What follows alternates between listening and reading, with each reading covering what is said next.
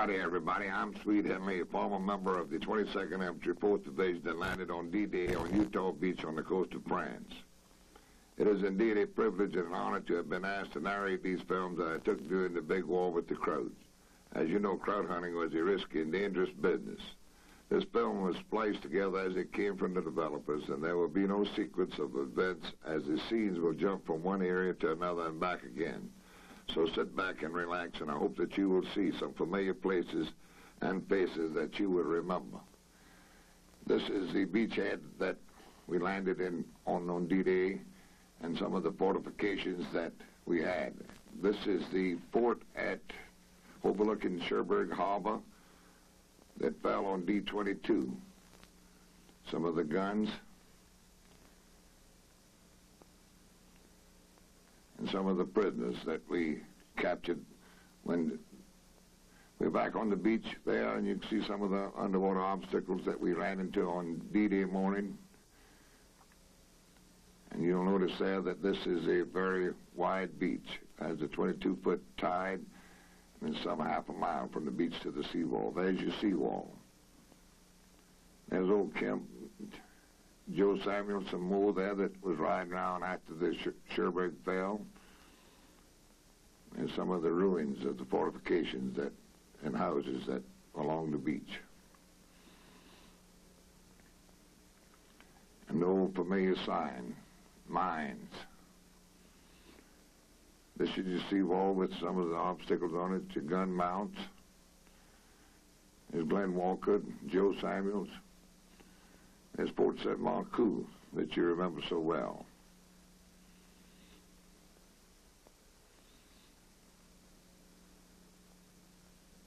Some of the houses along the beach.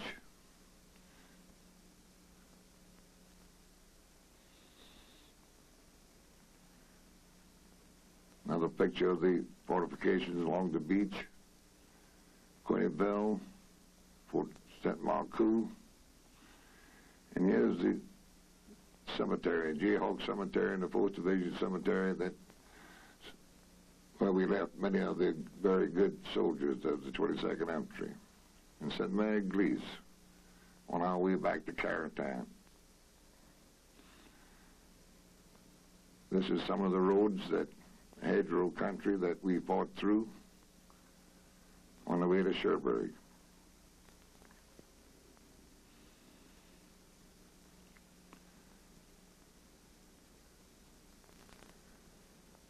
This is Montebourg. This is the first town where the 4th Division was actually recognized as being in the fight and had landed on D-Day.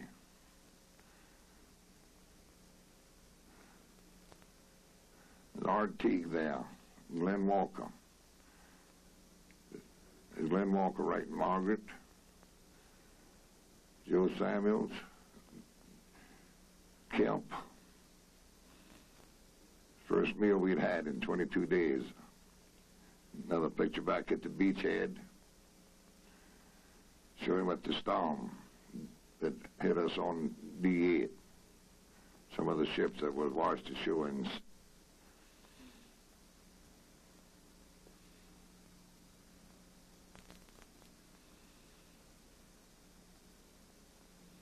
St. Mary Glees. This was on the route to Cherbourg. Sergeant Horowitz, supply sergeant of the Cannon Company. There's some old Krauts that we had captured.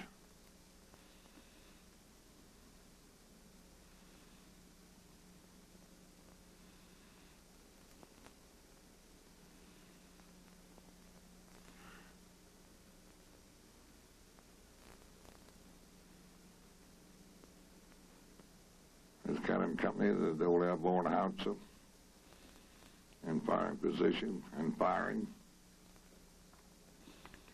So,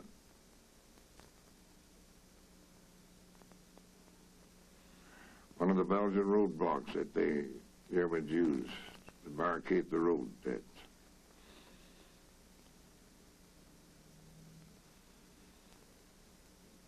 one of our good tanks.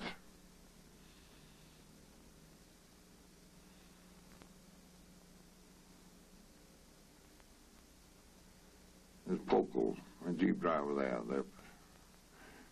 This is on the fort on overlooking Cherbourg. There's one of the railroad guns that fired at General Barton's headquarters all the way back on the beach. There's RT.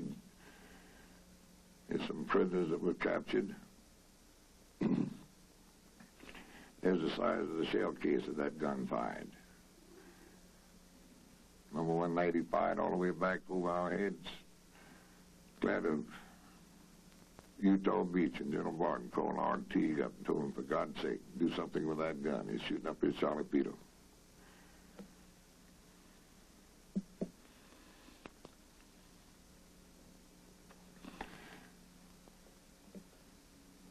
This is the fort overlooking Cherbourg. There's one of the happy prisoners that was in good shape. We sent the day of moon. Tom Keenan. And we had a parade when Cherbourg fell on the General Roosevelt.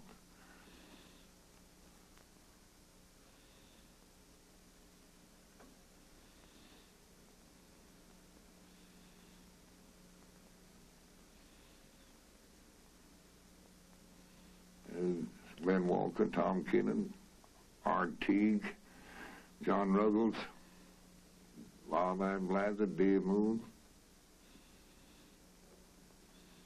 Son Horowitz, Son Seago, and Son, my driver, Poco. And me, I had to take a picture and send back home every so often just let my wife know that I was still living. And some of the fortifications along the Utah Beach.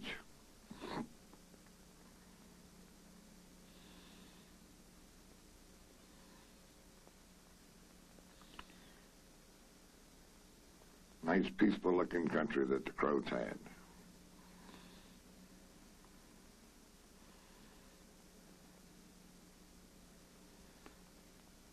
One of their guns that we captured, the remains of what was the house, and there's the old 88 that we blew the barrel off. Went into Montebourg. As I said before, this is one of the first places that the 4th Division was recognized as being part of the invasion forces that landed on D-Day. Frank Eggleston, radio operator in Carentan Company.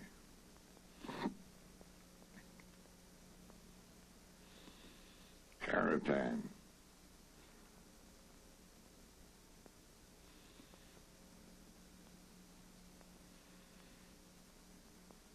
The old nanny goat that RT and myself milked for 11 days we dug in on the Carentan Peninsula. One of the German tanks that we finally, after so long, captured and blew up.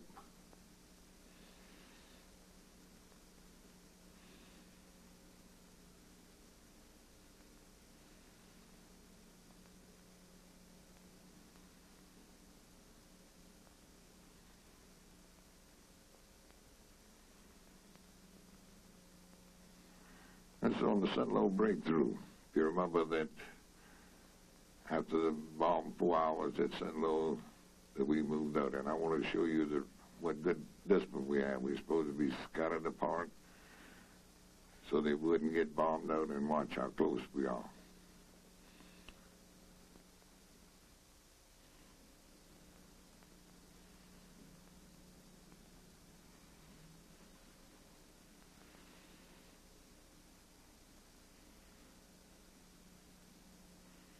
You can see the remains of what happens when you have to fight for every foot of the ground that you go through.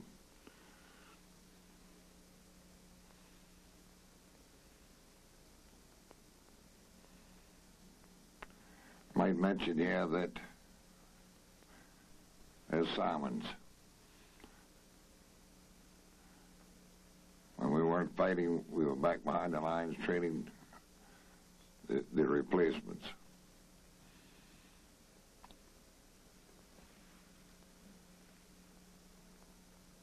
And McLean.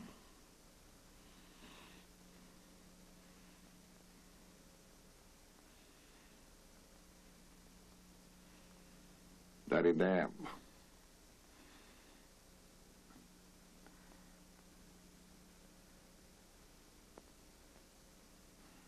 Fry. Here's been the 11th Armored Division moved through us.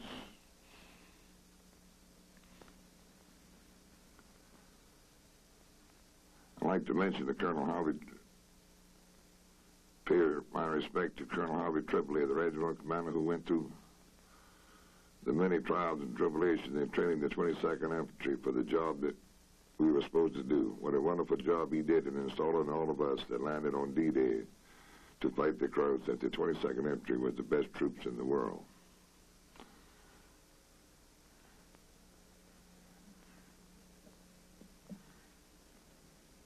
This is on the Sentinel breakthrough.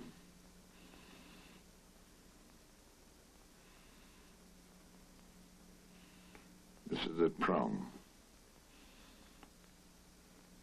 I set my headquarters up in the ladies' ready-to-wear department until the German shell came in and took the whole wall out, so we had to move into the basement.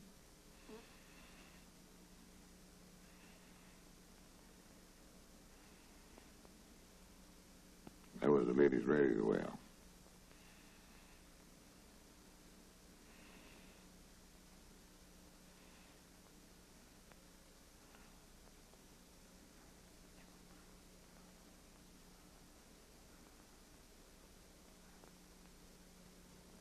Is my run of Newman.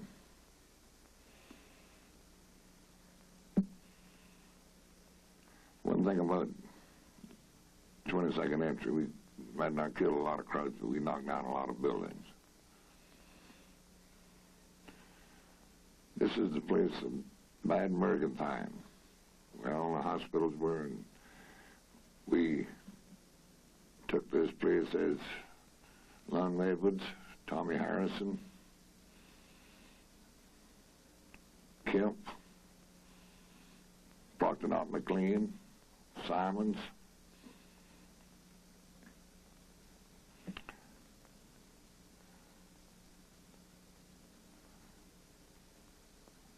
This is the place that old Proctor Knott McLean found that fancy handmade German saddle that he sent back home.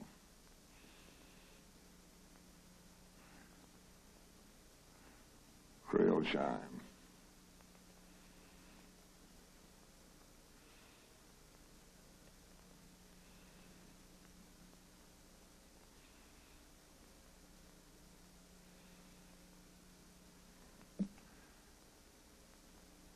Forgotten which river this was, but here's your Audubon.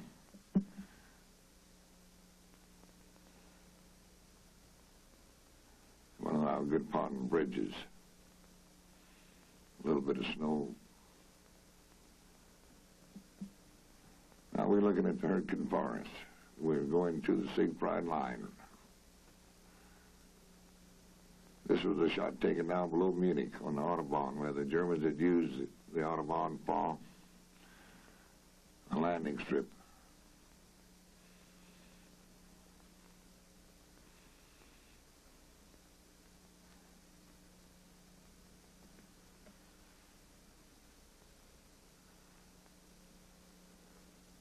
Nuremberg, Arnsbach, Nickelbuhl as well, that my battalion was in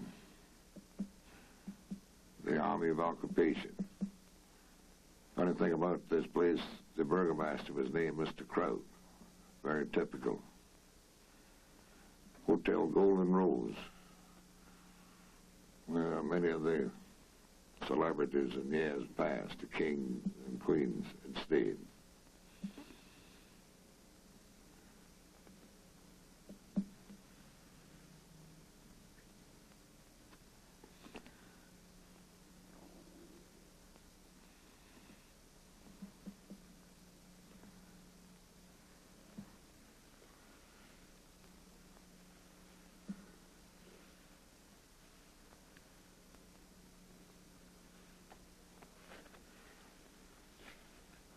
I know that it is impossible to name all of the people who were part of this film.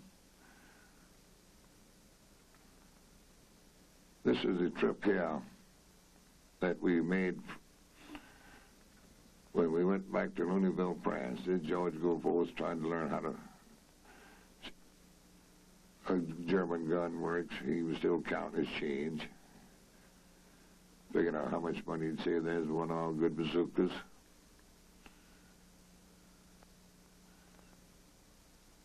Punched hole in crowd tanks.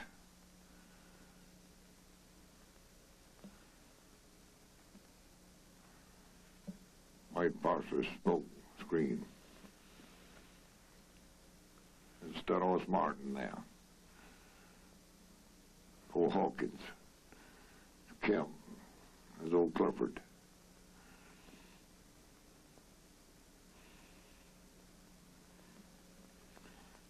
Had another parade.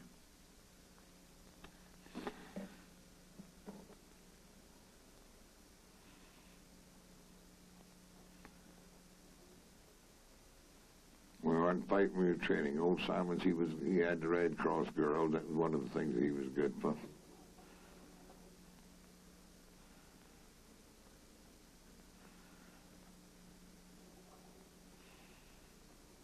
This is down in Strasbourg. One of the many cathedrals there. Zola. Hagenau was on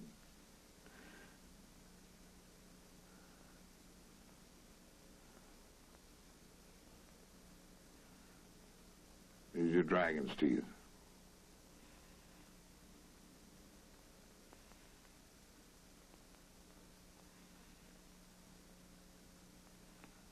There's Tommy Harrison and Lum Evans in that fancy car that we compensated. Willis.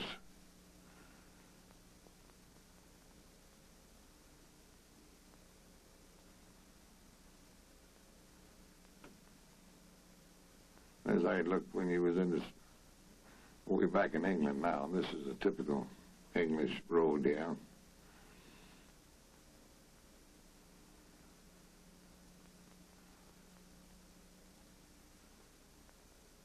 Beautiful countryside, the flowers in bloom. We didn't realize in a few days that we were going to be crossing the channel and getting involved in a crowd hunting exposition. Beautiful country. Rain every day. After the sun came out, the newspapers had headlines. And this is the landing craft that we went in on D-Day. This is the boat that we were on, and I think Colonel Ruggles will remember this thing so well. I don't know whether he was sicker than I was, but both of us was seasick. And as you can see, there wasn't room for anything else because the English Channel was filled up with landing craft.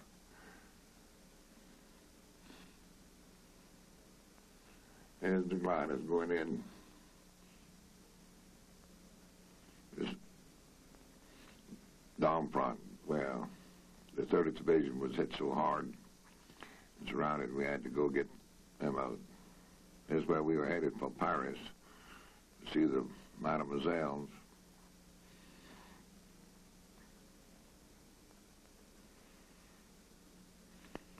This is down in Luneville, France, where we'd been in combat for 199 days before we got back and taking it easy.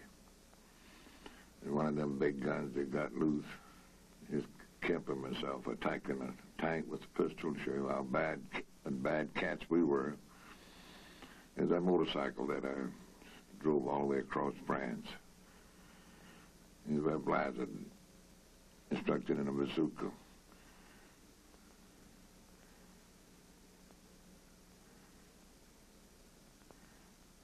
A bullhead bazooka was a bad animal. It was our regular bazooka. It was a crowd getter.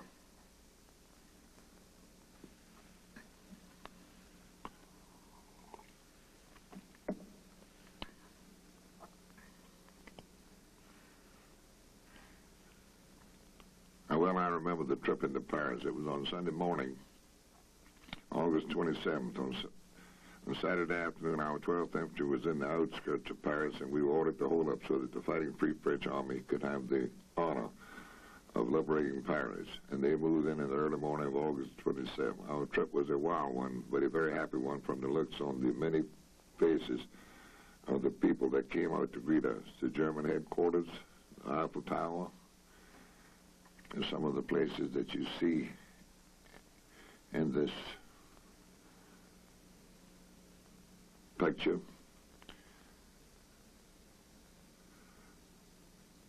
We didn't stay long as the Krauts was retreating, and our mission was to keep him from getting set up some of the bridges in Paris.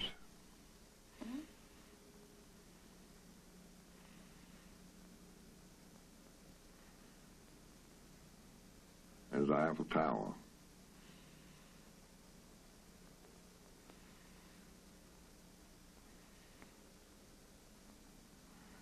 Police headquarters, the German Gestapo headquarters. The main drag. So we moved on out and started north, and we're headed now for Belgium.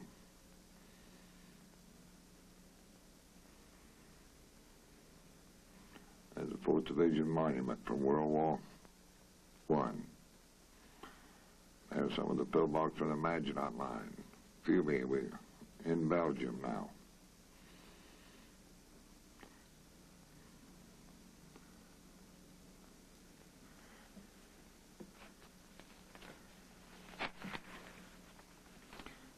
I might add at this time that thanks again that the 22nd Infantry Association has such a fine person as a member in Dr. Bill Boyce, a born leader in his field of being an evangelist, a friend to mankind, the daddy of the 22nd Infantry Association, and a very dear person to all of us. Bill, we love you very much. This is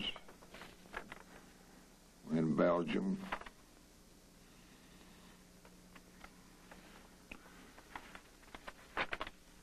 And this is the German border. On September 11th, on D-97, we were the first American troop to set foot on German soil as we crossed the German border at 17:30 hours. This is the border here. Now we're in Germany. We're heading out now for this the Siegfried line. If you remember, old Sutter's Martin accidentally got lost and ran into the Siegfried, and that's how we find where the pillbox line was.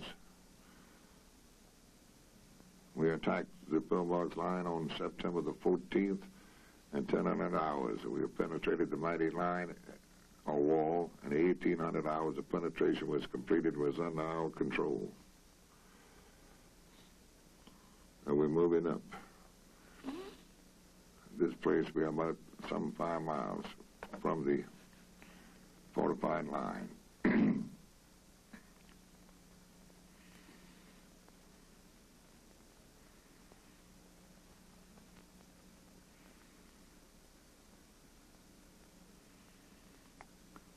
There's artillery moving up.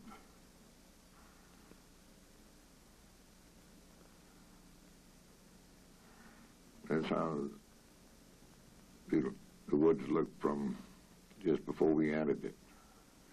Now we're in this pillbox line.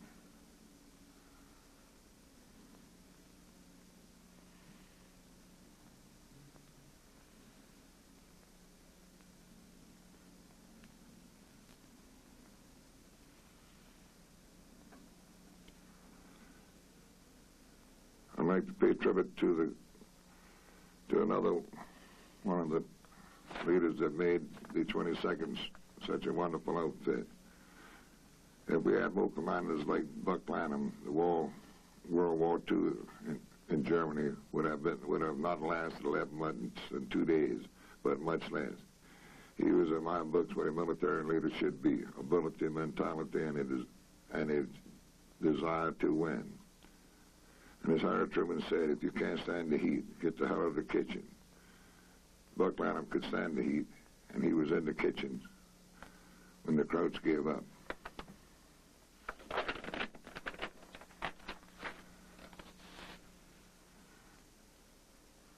Another one is John Ruggles, the fine leader of the 22nd Infantry, and we are fortunate to have.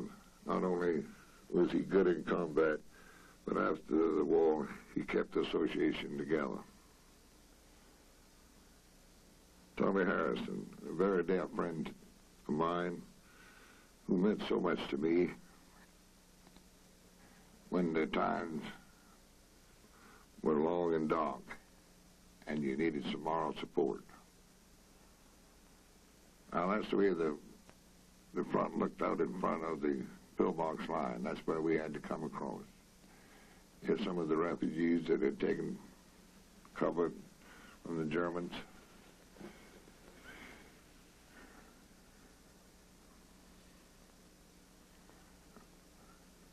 I was taking a picture here, and I'm trying to show you what good wire discipline that we had.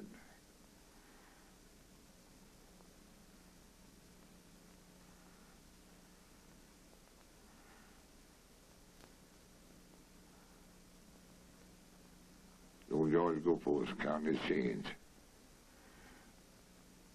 Godshaw. Down in Luxembourg now, there's Captain Bill Boyce there. A little bit cold.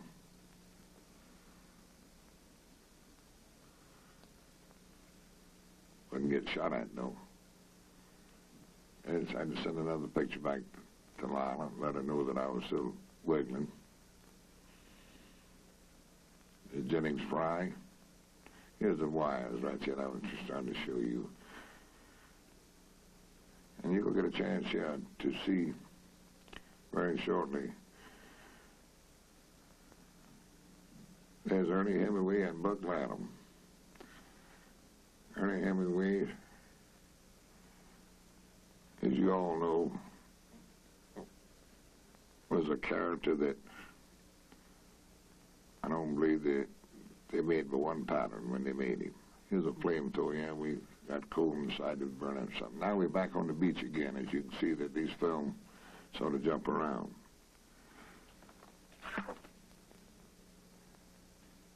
In closing, I hope that you have enjoyed these films as much as I have, and that my prayers are that that a lot of our own gallant men that died during this fight was not in vain, and that those of us who are still living will carry on the traditions of the 22nd Infantry, and that their lives be guided by the 22nd Infantry motto, deeds, not words.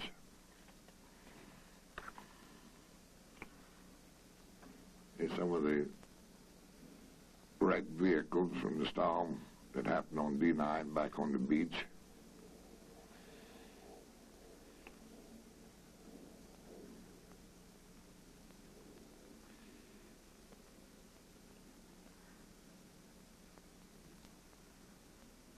The pillbox along the seawall.